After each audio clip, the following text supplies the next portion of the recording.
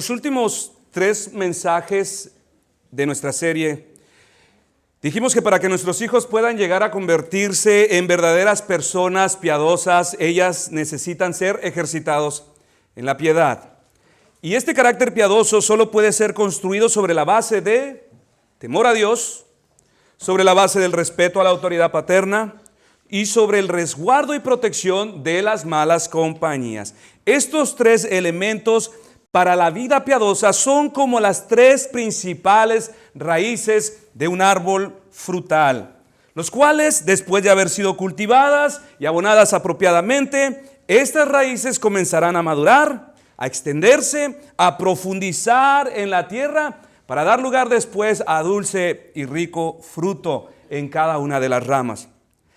Así es nuestro trabajo en casa, hermanos: labrar, cultivar, abonar las raíces del carácter de nuestros hijos con los principios de la palabra de Dios, para que a su debido tiempo esas raíces sean fortalecidas, se extiendan, profundicen y por primera vez nos gocemos en ver frutos en nuestros hijos. Y note, mis hermanos, que para ilustrar este aspecto particular de la crianza, estamos usando un término muy apropiado: raíces. ¿Qué son las raíces?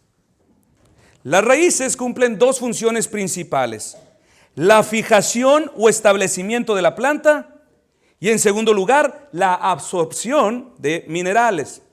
Pero otro aspecto interesante de las raíces, mis hermanos, es que todo este trabajo se lleva a cabo en lo oculto. Su desarrollo no se puede ver. Este progreso está llevándose por debajo de la tierra, velado a nuestros ojos, y no sabemos si en verdad este árbol está produciendo buenas raíces. Sabremos que tiene buenas raíces cuando después de una tormenta este árbol permanece firme. Cuando en primavera vemos primeros brotes de fruto sobre este árbol, entonces sabremos hay buena raíz. Así es la crianza de nuestros hijos, mis hermanos. Hoy estamos labrando, cultivando y abonando la raíz de su carácter. Y aunque por lo pronto no podamos ver progreso, no podamos ver mucho avance, aunque por lo pronto parece que estamos trabajando en vano, los padres fieles no desisten, no se rinden, sino al contrario, esperan con paciencia en Dios, y a su debido tiempo cosecharán el buen fruto que produce la buena instrucción y dirección bíblica. Y aunque, como dijimos anteriormente, es muy posible que en algunos de nuestros hijos veamos este fruto hasta que ellos formen sus propias familias. Quizás solo hasta entonces, mis hermanos, veamos algo de buenos frutos. Quizás solo hasta entonces alguno de ellos vendrá a decirnos: padre, mamá, creo que he entendido algunas cosas. Bien, hemos estudiado ya estas 3 raíces, estos 3 elementos indispensables de manera particular para el desarrollo de la vida piedad. Pero, ¿cuáles son los frutos que producen estas buenas raíces?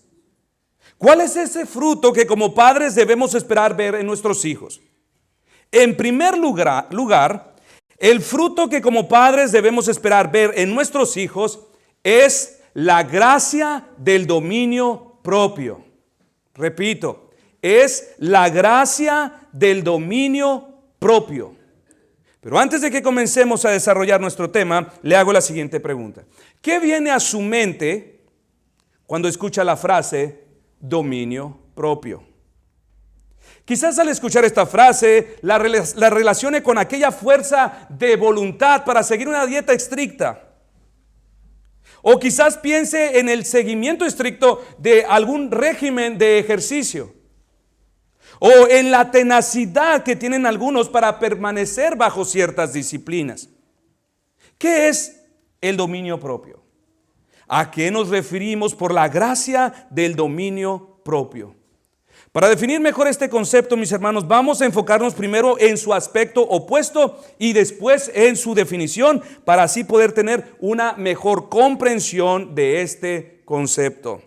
En primer lugar, lo opuesto a dominio propio es ser una persona autoindulgente, indisciplinado, que actúa sin riendas, alguien que se deja llevar por sus deseos, por sus antojos, alguien autocomplaciente, indisciplinado y sin control. En simples palabras, una persona sin dominio propio es una persona impulsiva, que habla por impulso, que actúa por impulso y que toma decisiones por impulso. ¿Por qué cree, mis hermanos? Y esto es un problema.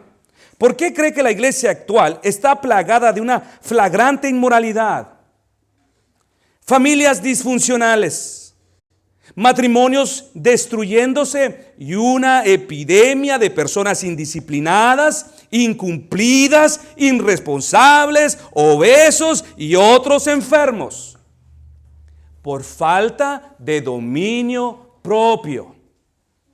Dice Jerry Bridges en su libro Pecados Respetables: a pesar de la enseñanza bíblica acerca del dominio propio en la Biblia, sospecho que esta es una virtud que no recibe su debida atención en la vida de la mayoría de los cristianos. La falta de dominio propio bien podría ser uno de nuestros pecados más respetables, pero al tolerarlo, nos hacemos vulnerables a otros muchos pecados más. En la actualidad, hermanos, esta expresión de falta de dominio propio no lo llamamos como realmente es. No lo llamamos así. De hecho, hasta algunas de las veces aplaudimos este pecado como si se tratase de alguna virtud, de una verdadera virtud.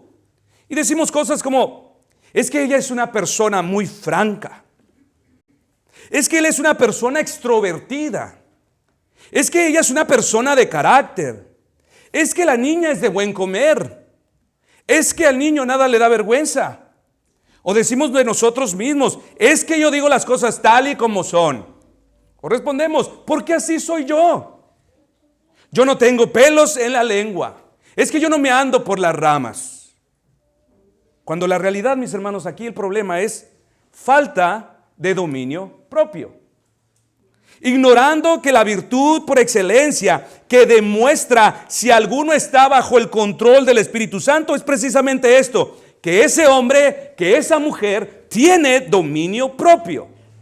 Dice Gálatas 5:22, hablando de los frutos del Espíritu: mas el fruto del Espíritu es amor, gozo, paz, paciencia, benignidad, bondad, fe, mansedumbre, dominio propio. Contra tales cosas no hay ley. Y por ponerlo en palabras más prácticas, este concepto de dominio propio es tener control sobre su lengua, control sobre sus deseos, control sobre sus emociones, sobre sus sentimientos, sobre su tiempo, sobre sus apetitos, sobre sus ojos.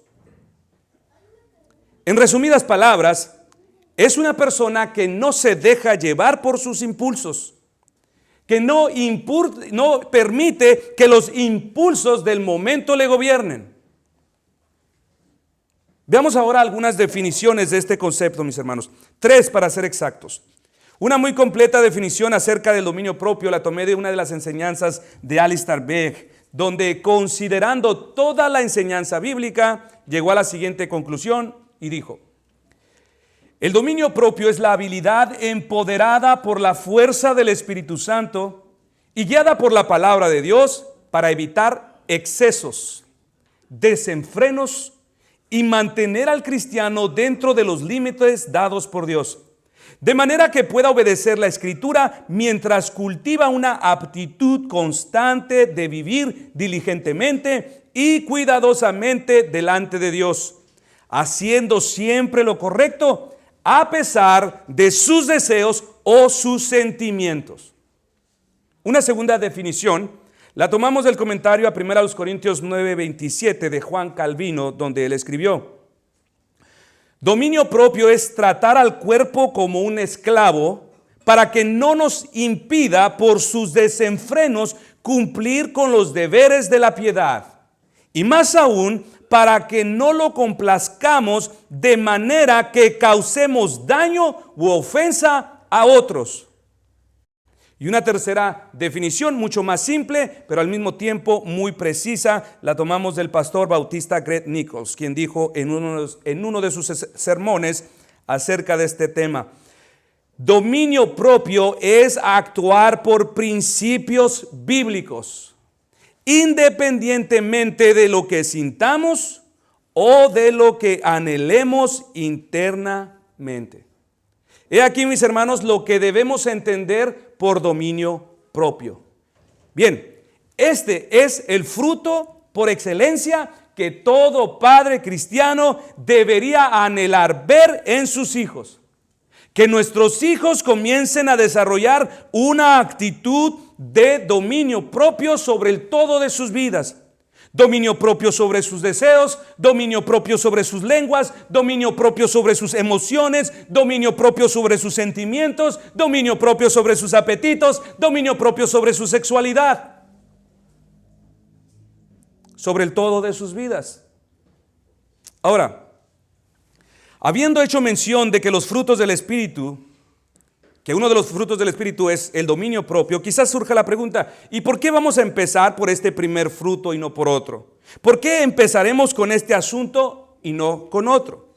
Hermanos, la razón por la que trataremos esto primero es la siguiente: si no nos dedicamos a desarrollar una actitud de autocontrol en nuestros hijos, de dominio propio en nuestros hijos, nos será imposible desarrollar en ellos cualquier otra característica del carácter piadoso. Si nosotros no nos ocupamos en enseñarles autocontrol, enseñarles a dominarse, cualquier otra característica que usted desee ver, no la verá. En este sentido, podemos decir que el dominio propio es la bisagra que abre la puerta a todas las demás virtudes de la piedad. El dominio propio es el terreno fértil donde solo pueden crecer la honestidad, la moderación, la integridad, la pureza, la diligencia, la obediencia, etcétera, etcétera. Pero donde se carece de dominio propio, hermanos, se cede a la tentación, se vive de excesos, se deja arrastrar por lo que ven los ojos, se consienten los apetitos de la carne, se persiguen los deseos del corazón, se vive la vida por impulsos, se pierde el control, no hay moderación, aumentan los vicios. La falta de dominio propio, mis hermanos, hace muchísimo daño. Y nada bueno resulta de dejarnos llevar libremente por nuestros deseos, por nuestras pasiones, por nuestros impulsos. ¿Cuántas vidas se han arruinado por causa de este tipo de acciones impetuosas? ¿Cuántos problemas legales por falta de dominio propio? ¿Cuántas muertes por falta de dominio? A lo largo de la historia, mis hermanos, miles de personas han muerto o quitado la vida a otra persona debido a un impulso descontrolado, de enojo, carente y falto de dominio. ¿Cuántos matrimonios, cuántas familias han sido destruidas por un impulso pasional del momento? R.C. Sproul se refirió a estos impulsos ausentes de dominio propio como los salvajes desenfrenos y caóticos del hombre. Y una de las razones del por qué este es un problema universal, mis hermanos, es porque no es agradable refrenar nuestros impulsos. No es placentero decir no. Nuestra carne está viciada de sus propios deseos. Y decirle a nuestra carne, cierra la boca, no digas nada, no es fácil. Decirle a nuestra carne, ey, aparta tu vista, no mires eso, aléjate. No es fácil. Oye, eso puede esperar, no lo necesitas ahora, guarda tu cartera, no, aléjate de ahí, no des clic a ese enlace, no des clic. No, investiga primero, infórmate y después opina. Hey, tranquilo, no te exaltes, no eres el más importante en esta sala. Si no te saludaron, aún el hermano, la hermana te ama, no te preocupes, no comiences a sacar conclusiones, no pienses. Tu esposo no te recibió como esperabas. no significa nada. No reclames. Espera el buen consejo. No te precipites, no tomes decisión. No es fácil que nuestra mente dialogue, argumente de esta manera con nosotros. No es placentero, no es sencillo, porque no hay placer en decirle a nuestra carne, no, hoy no. No es placentero. Esto requiere, mis hermanos, de verdadero poder, verdadero dominio propio, y esta cualidad solo la puede dar el Espíritu Santo. Dice 2 de Timoteo 1:7, porque no nos ha dado Dios espíritu de cobardía, sino de poder, de amor y de dominio propio. Así que con justa razón, mis hermanos, se podría inferir que donde se carece de esta virtud, la presencia del Espíritu Santo está ausente. No hay salvación. Porque lo cierto es que esta virtud es un don de Dios a los creyentes. Es una gracia para ayudarles a vivir la vida cristiana. Pero no sea muy pronto a sacar conclusiones respecto a su persona. Tampoco quiere decir que donde falta más dominio propio, allí no hay verdadera salvación. Porque por la misma Escritura sabemos que los verdaderos cristianos lucharán, y esta es la palabra clave, lucharán con esta clase de problema, falta de dominio. Dice el salmista en el Salmo 119, 101. Me negué a andar por cualquier camino a fin de permanecer obediente a tu palabra. Romanos 8:12, así que hermanos, deudores somos, no a la carne, para que vivamos conforme a la carne. Porque si vivís conforme a la carne, moriréis. Mas si por el Espíritu hacéis morir las obras de la carne, viviréis. Y algo curioso, hermanos, que podemos encontrar en las Escrituras, es que algunos de los hombres más impulsivos que encontramos en la Biblia, no fueron precisamente hombres paganos, sino verdaderos siervos del Dios viviente. Hombres que en un momento determinado se dejaron llevar por sus emociones, por sus pasiones, por su enojo, que se dejaron gobernar por sus temores, por su poder, por su fuerza. Otros tantos perdieron los estribos por causa del orgullo, la autojusticia, la impaciencia o la fatiga, lastimándose a sí mismos y a otros. Veamos ahora algunos ejemplos de la Biblia, mis hermanos, donde se describe esta clase de descontrol en verdaderos hombres de fe. Pero antes de pasar a ver cada uno de estos, mis hermanos, quisiera pedirles que mientras describimos cada uno de estos ejemplos, hagamos un ejercicio. Examínese a la luz de lo que será dicho y observa si en alguno de estos casos ves tu propio reflejo. El primero de ellos es Moisés.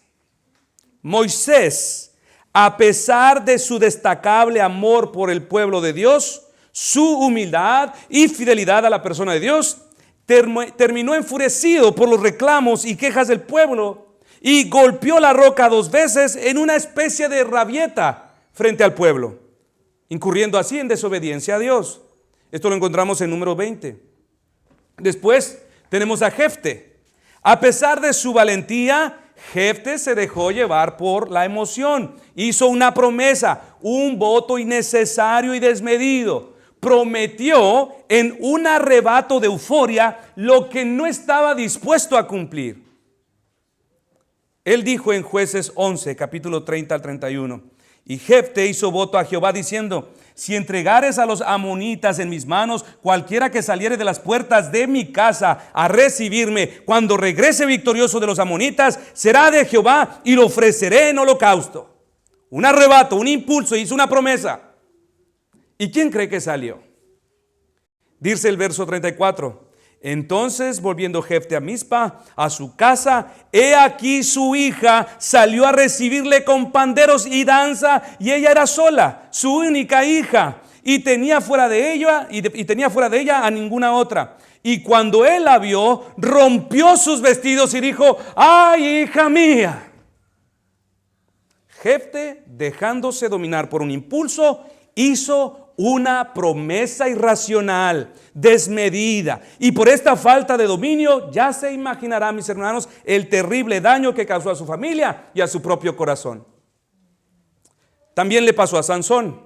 Sansón, a pesar de su fuerza física, no resistió la seducción de Dalila y terminó revelando a esta mujer algo que no debía revelar, algo que no debería platicar con ella, el secreto de su fuerza. Sansón confió en quien no debería confiar, habló con quien no debería hablar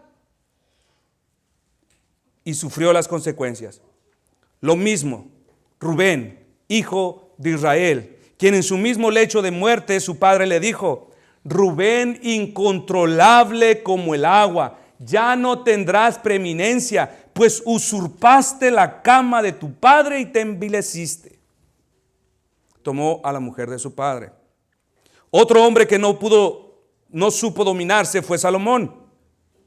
Este hombre admirable, a pesar de su sabiduría y conducta ejemplar, se entregó a la concupiscencia y llegó a tener tantas mujeres, mis hermanos, que él ni siquiera podría nombrarlas a todas por su nombre.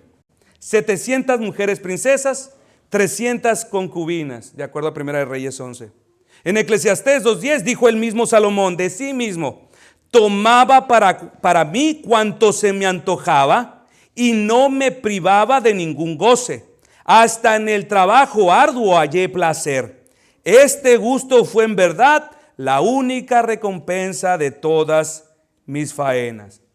Jonás es otro hombre que en un momento perdió el control. Jonás, a pesar de saber de la misericordia y conocer de primera mano que Dios es un Dios misericordioso, se llenó de ira y mostró su falta de compasión contra el pueblo de Nínive cuando Dios les perdonó. El apóstol Pedro, a pesar de su celo por Cristo y en un impulso revolucionario, pensó muy alto de sí mismo y dijo al Señor: aunque me sea necesario morir contigo, yo no te negaré. Horas más tarde, en un momento que se sintió acorralado, Pedro, dominado por el miedo, se olvidó de lo que dijo y frente al mismo Señor Jesús como testigo, maldijo, se avergonzó de él y le negó 3 veces. Y por último mencionaremos a Juan Marcos. A pesar de su buena disposición inicial para servir al reino de Dios, en las primeras fricciones y desacuerdos con el equipo misionero, Juan Marcos se rindió y abandonó el ministerio de forma precipitada. Hechos capítulo 15, puede encontrar este relato. ¿Y cuáles fueron las consecuencias? ¿Cuáles fueron las consecuencias que acarrearon a sí mismos estos hombres, mis hermanos, que acabamos de citar? ¿Cuáles fueron los resultados a esta pérdida de autocontrol? ¿Qué ganaron por no haber cultivado de manera apropiada el dominio propio? Moisés, a pesar de todo su esfuerzo y trabajo, no se le permitió entrar a la tierra prometida. Jefte, con todo el dolor de su alma, perdió a su hija. Sansón, independientemente de su fuerza, fue dominado por los encantos de una mujer que lo dejó en la ruina, capturado, ciego y después muerto. Salomón sucumbió a la idolatría. Jonás sufrió una insolación que casi le cuesta la vida. Pedro huyó avergonzado y lloró amargamente. Y Marcos generó una disputa entre Pablo y Bernabé que terminaría después en una separación, en una división. Ahora, mis hermanos, es mi oración que el Espíritu Santo, haciendo uso de estos ejemplos escriturales, te haya mostrado en el lugar que te encuentras y te haya señalado alguna debilidad por la que necesitas orar, y no solo orar, sino también obrar, hermanos. Así que en el nombre del Señor quisiera recordarle a cada uno de ustedes que la falta de dominio propio siempre te meterá en problemas de todo tipo, con tus padres, con tu cónyuge, legales. Afectará tu servicio, te traerá mucho dolor, lágrimas, pérdida, humillación, vergüenza. Escandalizará a otros de ti. Enfermará tu cuerpo, manchará tu testimonio, derrumbará tu esfuerzo, trabajo y dedicación. Todo por no cultivar una virtud, el dominio propio.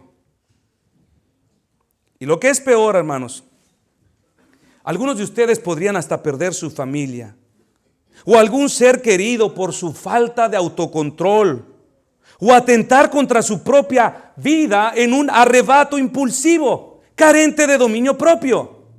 Quien no le da la debida importancia a este aspecto de su carácter, mis hermanos, será verdaderamente afectado. y vivirá la mayor parte del tiempo respondiendo a las circunstancias que le rodean, ya sea de una manera ofensiva, ya sea de manera defensiva, ya sea quejándose. Responderá según la disposición de sus temperamentos. Y como hemos dicho, una persona que posee dominio propio es aquella persona que actúa por principio bíblico, por principios, independientemente de lo que sienta, de lo que desea internamente. Actuará bajo principios bíblicos. El hombre, la mujer que posee dominio propio, actúa de acuerdo a lo que la Escritura enseña.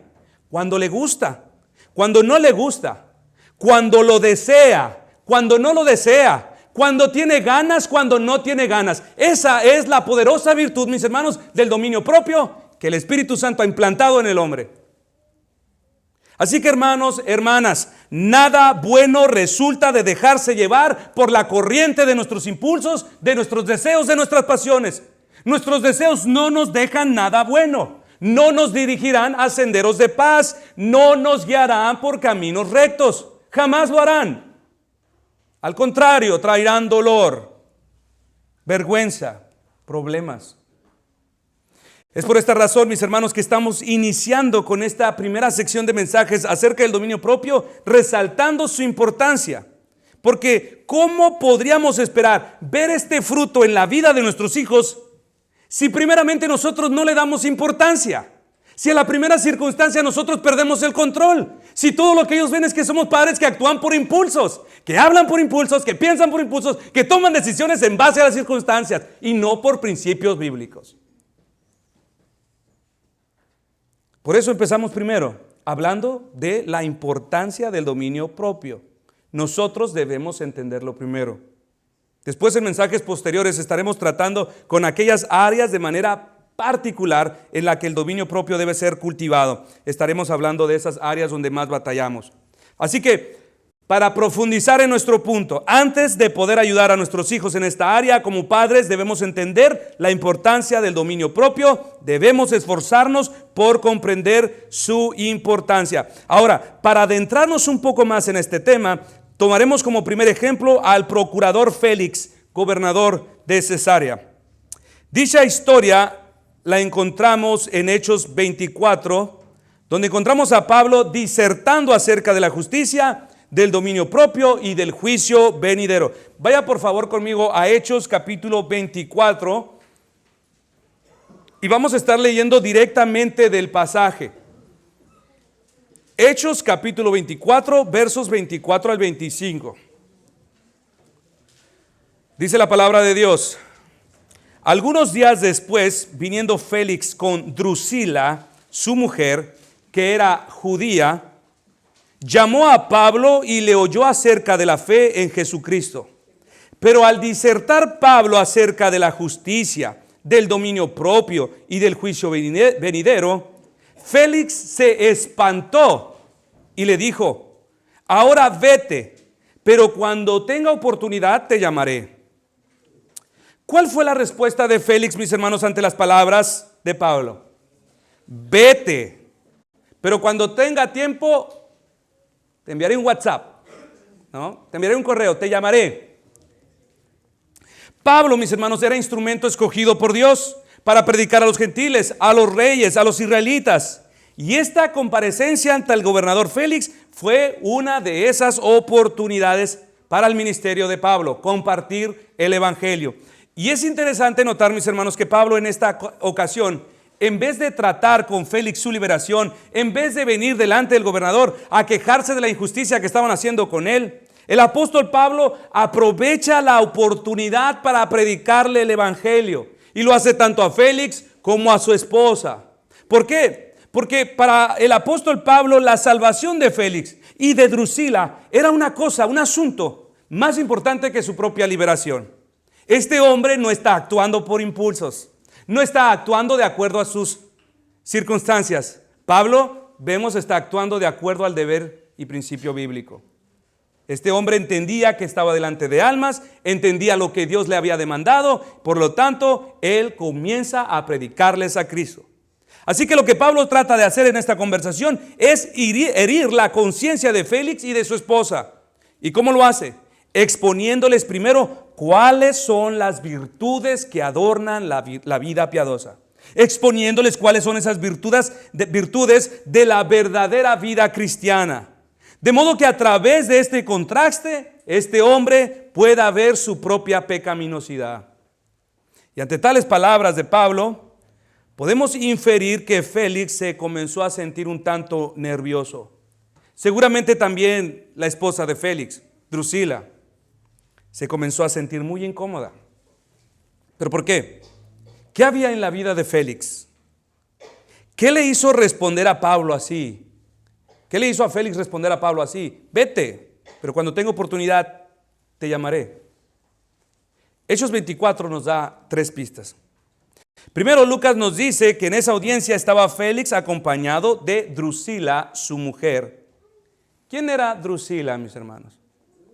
¿Cuál era su historia? Para responder a esta pregunta vamos a tomar como ayuda a Josefo, el historiador judío. Él dice: siendo Félix procurador de Judea, vio a esta Drusila y se enamoró de ella, pues en verdad superaba a todas las demás mujeres en belleza, y le envió a una persona que se llamaba Simón. Uno de sus amigos era judío y chipriota de nacimiento, y se hacía pasar por mago, y trató de persuadirla para que abandonara a su actual esposo y se casara con Félix, y le prometió que si no lo rechazaba, la haría una mujer muy feliz. En consecuencia, actuó mal. Fue convencida de transgredir las leyes de sus antepasados y casarse con Félix como su tercer esposa. Félix robó la esposa a un hombre y esta mujer abandonó a su esposo. Drusila tenía 16 años en el momento de su matrimonio. Todo esto nos deja saber, mis hermanos, que Félix no tenía respeto por lo ajeno y dejaba que sus pasiones sean despertadas por sus ojos y obtuviera lo que él quería a cualquier precio. En segundo lugar, Lucas nos dice en el verso 26 que Félix tenía esperanza de que Pablo le diera dinero. Por eso acostumbraba llamarlo con frecuencia y conversar con él.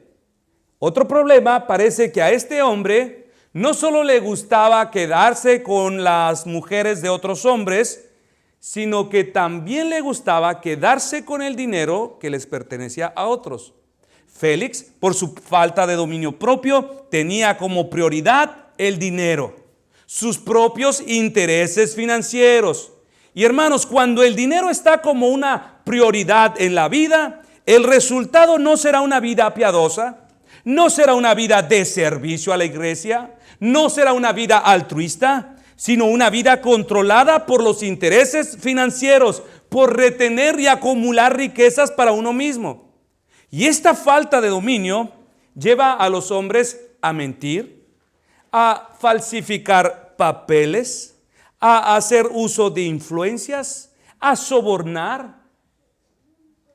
Todo cuanto esté en sus manos para ser perjudicado en su bolsillo. Y esta falta de dominio también crecerá y terminará ejerciendo una forma de control sobre el hombre que lo llevará a deponer los mandamientos de Dios, a deponer los principios bíblicos, a ignorar sus deberes cristianos, todo por unas moneditas más. Y tercero, dice el verso 27, deseando hacer un favor a los judíos, Félix dejó preso a Pablo. Hermanos, buscar el agrado de los demás también es una marca, una evidencia de aquellos que tienen falta de dominio propio. Cuando el corazón solo busca todo lo que le conviene, todo lo que lo hace ver bien, cuando solo estamos dispuestos a involucrarnos en aquello que reditúa en la mejora de nuestra imagen o de nuestra reputación, mis hermanos, se hace evidente una ruptura de corazón, una disolución por donde se escurrirán otras corrientes de desenfreno. Porque donde solamente se busca todo lo que contribuya a mi interés, se pierde, mis hermanos, el propósito principal de vivir en comunidad. Hay hermanos que no estarían dispuestos a venir a limpiar el templo, a servir, a menos que se les pague. No lo harían gratis. No lo harían. A veces el hermano Benjamín convoca a algunos hermanos y no vienen. Pero a lo mejor si se les dice, se les va a pagar tanto dinero, sí vendrían. Porque en otras cosas sí lo harán por dinero. Eso es peligroso, hermanos. Eso es peligroso. Puede decir, ay, qué exagerado. Así es, las primeras expresiones de dominio son pequeñas. Hace rato Armando me mostró una foto de un amigo con el que compartimos muchos tiempos de juventud como amigos cristianos. Pero él tenía esa tendencia a comportarse de manera femenina. Y en un momento recuerdo que le dije, ¿sabes qué? A mí se me hace que es homosexual. No sé. Pasaron muchos años. Un joven que vivía solo. Y ahorita me está enseñando una foto vestido como drag queen, con otros más. Joven que creció en la iglesia cristiana desde jovencito, tenemos fotos con él, crecimos juntos, pero una pequeña manifestación de falta de dominio, mis hermanos, va a acarrear. Entonces no es cosa de menor, pequeña. Así que, mis hermanos, fue por este motivo que el mismo Félix echó a Pablo de su presencia. Félix no estaba listo para enfrentar su problema, no quería hablar de un tema que le tocaba tan cerca. Así como ninguno quiere tocar sus temas y sus problemas, mis hermanos. Su falta de dominio propio se hacía evidente en la manera que miraba a otras mujeres. Su falta de dominio propio se hacía evidente en su manera de manejar el dinero. Y su falta de dominio propio se hacía evidente en su forma de querer agradar a otros. Mujeres, dinero y fama.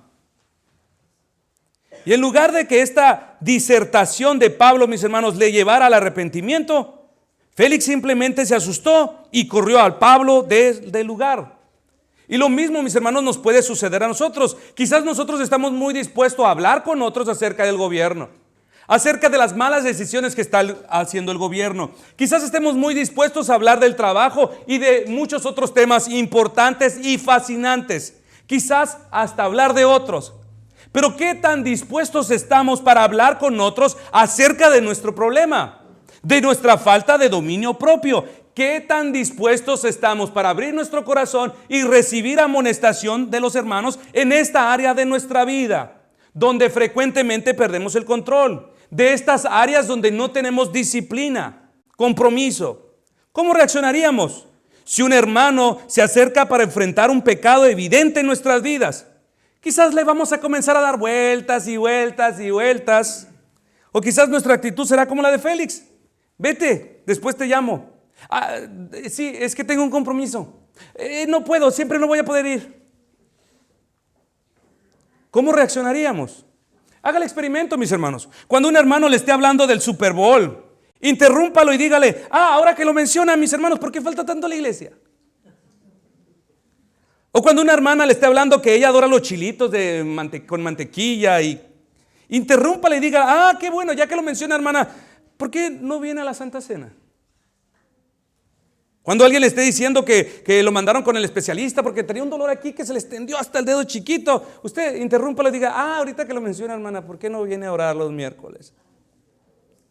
Le aseguro que se le apaga el entusiasmo a ese Félix reformado.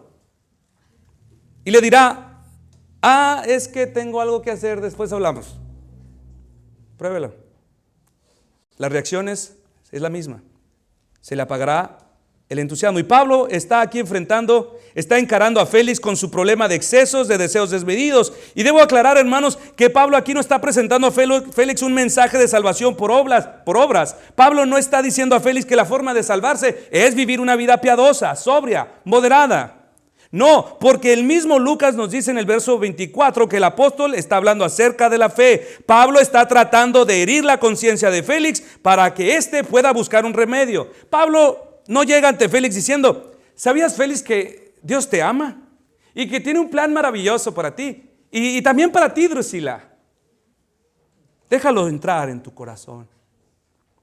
Pablo sabe primero que tiene que herir la conciencia antes de que alguno pueda ser movido a buscar el remedio. Tiene que hacer entenderles su pecaminosidad para que entonces pueda buscar la cura. ¿Y cómo lo está haciendo? Pablo le está haciendo una presentación de cómo luce una vida de verdadera fe. Es decir, Pablo debatió con ellos el evangelio y sus convicciones cristianas. Y esta vida de fe la describe con dos palabras claves. En primer lugar, que una vida de fe consiste en una vida de justicia, es decir, una vida que reconoce las normas absolutas que exige la naturaleza santa de Dios. Y en segundo lugar, que esta vida de fe consiste en una vida de dominio propio, es decir, una vida que corresponde en sus usos y costumbres a los principios de la Escritura. Pablo le está diciendo: así lucen, Félix, todos los que son verdaderos hijos de la fe, viven vidas justas y controladas por la gracia del dominio propio. Félix, por supuesto, no soporta esta conversación, porque su vida de excesos y desenfreno testifica contra él. Félix podría admirar todas estas virtudes cristianas que Pablo le menciona: moderación, satisfacción, mesura, templanza, contentamiento, dominio propio, pero no las procuraba, mis hermanos. Y lo que es peor, tampoco tiene el poder para vivir de esta manera. ¿Por qué? Porque esta es la gracia, es la obra de Dios. Dice Tito 2, del 11 al 14, en verdad, Dios ha manifestado a toda la humanidad su gracia, la cual trae salvación y nos enseña a rechazar la impiedad y las pasiones mundanas. Así podremos vivir en este mundo con dominio propio, justicia y devoción, mientras aguardamos la bendita esperanza, es decir, la gloriosa venida de nuestro gran Dios y Salvador Jesucristo. De la Nueva Versión Internacional. En otras palabras, mis hermanos, nadie puede vivir de esta manera si no ha sido favorecido por la gracia de Dios. Solo la obra interna del Espíritu Santo puede enseñarnos a renunciar a la impiedad y despreciar las pasiones mundanas y en su lugar poner dominio propio, justicia, devoción y hacernos vivir de esta manera hasta que el Señor vuelva. Solo, mis hermanos, el Espíritu Santo puede enseñarnos. Solo Él puede conducirnos a vivir una vida regulada por principios bíblicos, no por deseos, no por sentimientos, no por gustos, no por apetitos, no por temperamentos. Y también podemos decir, mis hermanos, que nadie que carezca de estas virtudes puede decir que posee la gracia de Dios. Nadie. Quien no las tenga no puede decir que es salvo. Quien no las tenga no puede decir que Él ha conocido al Señor Jesucristo. Hermanos, el crecimiento en la gracia y en la santificación no es otra cosa que el predominio de los principios bíblicos sobre nuestros sentimientos, sobre nuestros deseos, el predominio de los principios bíblicos sobre cada circunstancia que nos presenta la vida. Esto no tiene nada que ver con productividad y ministerios dentro de la iglesia. No tiene que ver tampoco con cuánto estudias. Tiene que ver con el control que ejerce el Espíritu Santo con su palabra en tu vida. Estamos hablando aquí, mis hermanos, del predominio de los principios escriturales sobre nuestras pasiones, sobre nuestros deseos.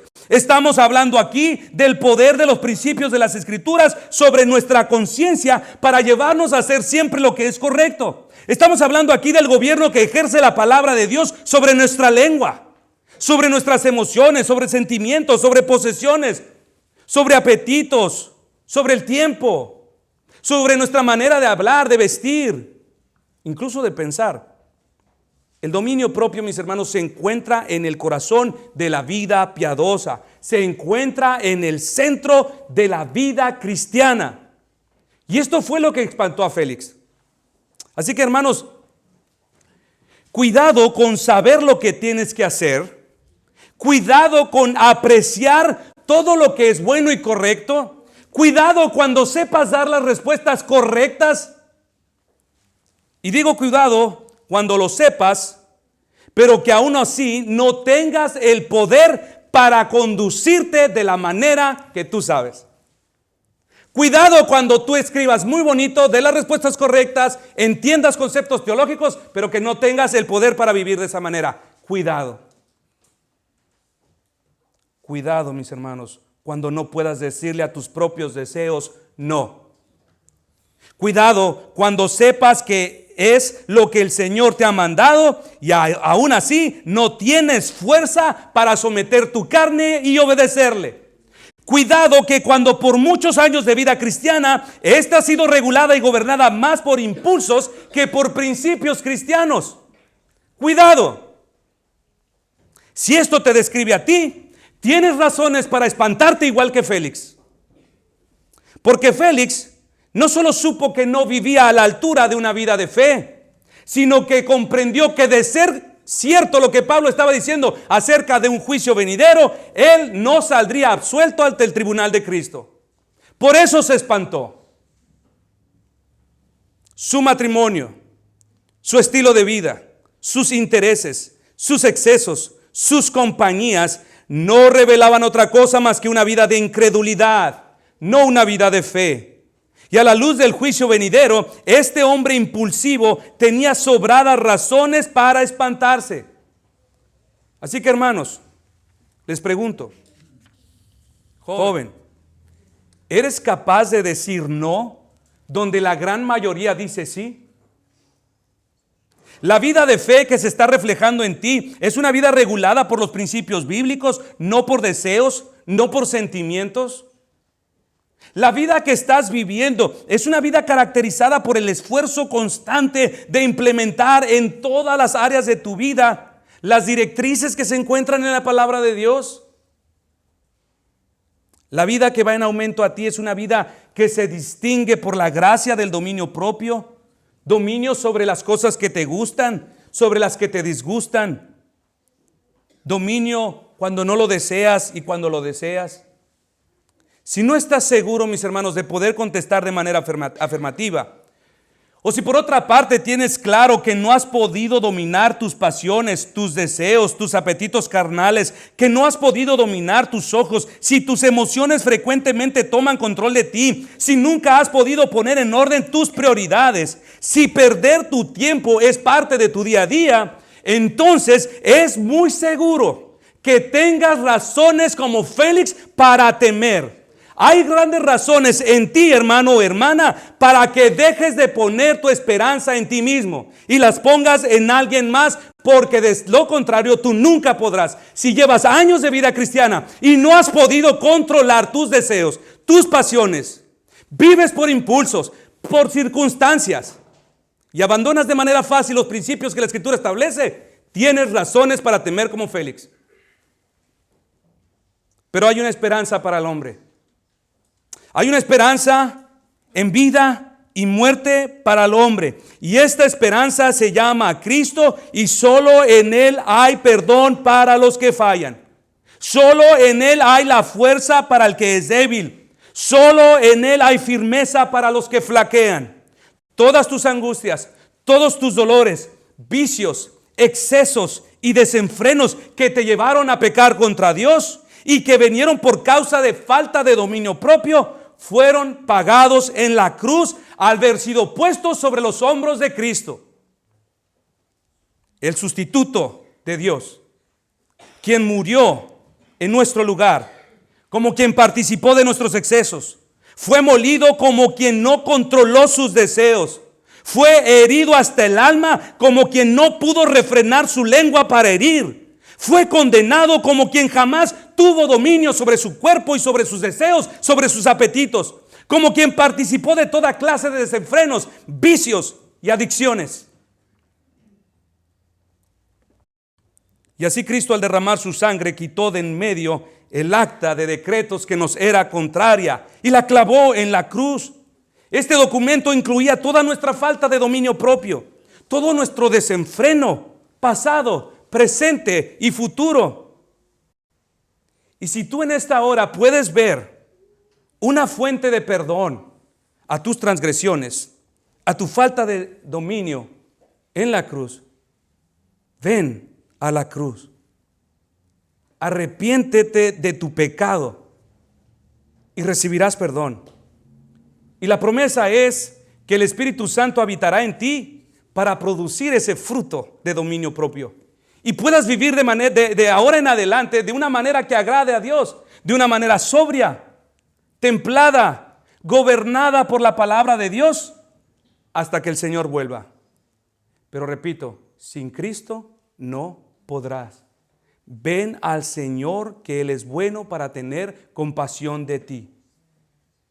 Y lo mismo es para ustedes, niñas, niños que me escuchan. Si ustedes también han perdido el control, se han dejado llevar por una rabieta, si han gritado a sus padres, si alguna vez han golpeado algún juguete en un coraje, si alguna vez hiciste un vergonzoso berrinche porque las cosas no se hicieron como tú querías, si no pudiste controlarte y te comiste esos dulces que mamá te dijo que no podías, si encendiste la tele en la noche cuando tu mamá te dijo tienes que apagarla porque vas a estudiar, si tomaste algo que no era tuyo, si torciste los ojos cuando te llamó tu padre o tu madre, esas cosas no son niñerías. Niños, esas cosas no son de niños. Eso es falta de dominio propio.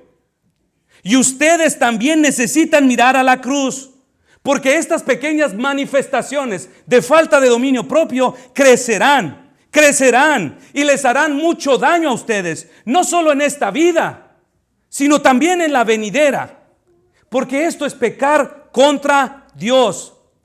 Por eso, niños, otra vez extiendo esta súplica, este ruego a ustedes. Acérquense confiadamente al trono de la gracia. Pidan perdón a Dios en el nombre de Cristo para que reciban misericordia. Hallen ayuda oportuna en este tiempo que son tan pequeños. A Dios sea la gloria, hermanos. Oremos.